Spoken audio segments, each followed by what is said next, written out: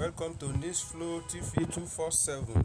Thank you. As you like this video, share and comment. I want this video to go viral. Please help me. I just want you to watch this video of a white man telling his people how they will have keep Africa in its poverty condition for a very long time, telling them how the role that Africa will play in development of Africa, America and Asia and Europe, keeping Africa in its poverty, its impoverished condition, and make sure that they don't grow. And even telling them that they allow Africa to be industrialized, that the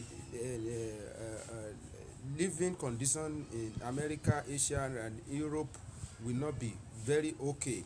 So it is their duty to make sure that they subject Africa into its impoverished condition, and make sure that it doesn't develop. And it's not surprised me. It has been long. Something like this, it has been happening for a very long time ago, when they came here and they enslaved our people, bought our land. A whole Republic of Congo was a property of somebody, King Leopold II. So that's how they came to Africa, loot our treasury, enslave our people. They came to Benin. They told us that the God we are worshiping is not good, but they conquered Benin and they stole their artifacts, and took it to the Europe. Since 18th century, they have made a lot of money from it. That's how they keep Africa, they subject Africa into its poverty condition. And our leader refused to listen, despite all what we have been telling them, that these people, they will not allow you to grow. That's why they will be giving you all this toxic advice that will not help the economy. And unfortunately, somebody like Tinubu, that we thought he should know better, he subjected himself to all these white people advice, and make sure that he is trying to please them.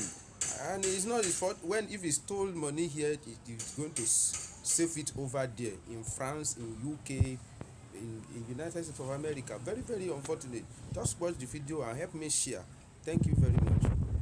Sub-Saharan Africa has been fundamental to the global prosperity of the advanced countries. And Africa had a role to play. It has a role as a raw material producer.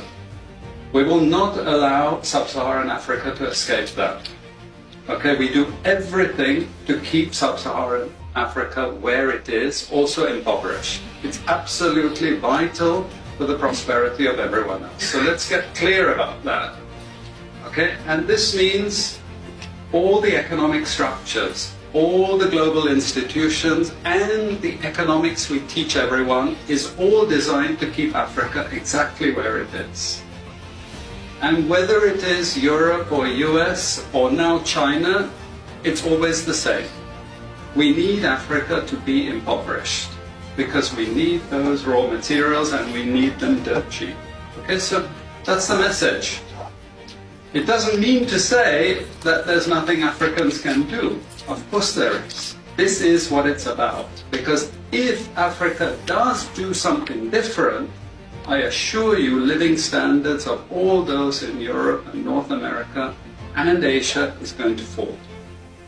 Okay? And that is a big price to pay. I assure you that the West is not going to allow that without a big fight. Okay, so the job of many Western academics is to convince Africans they have to keep doing what they're doing. Okay, and to show them it's your fault that you're poor. It's not our fault. It's your fault that you're poor. So this is what we do in academic institutions. We know the basic forces that have caused this underdevelopment. We know it's colonization. We cannot afford to allow Africa to industrialize and start producing manufactures. Okay, so we will do everything to stop that. And I'm going to show you how we actually block that. We had East Asian rapid industrialization processes. So in the earlier period, we had Japan and Korea and Taiwan. Okay, rapid growth, sucking in raw materials from Africa, driving up the prices. After those countries finished industrialization, then Sub-Saharan African growth rate again fell. Sub-Saharan Africa is condemned to this role, just the supplier of raw materials, not a manufacturer. The currencies are collapsing of these countries, and many of them are Sub-Saharan African countries.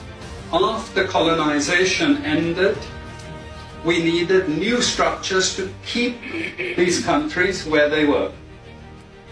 Okay? And the first of those is aid.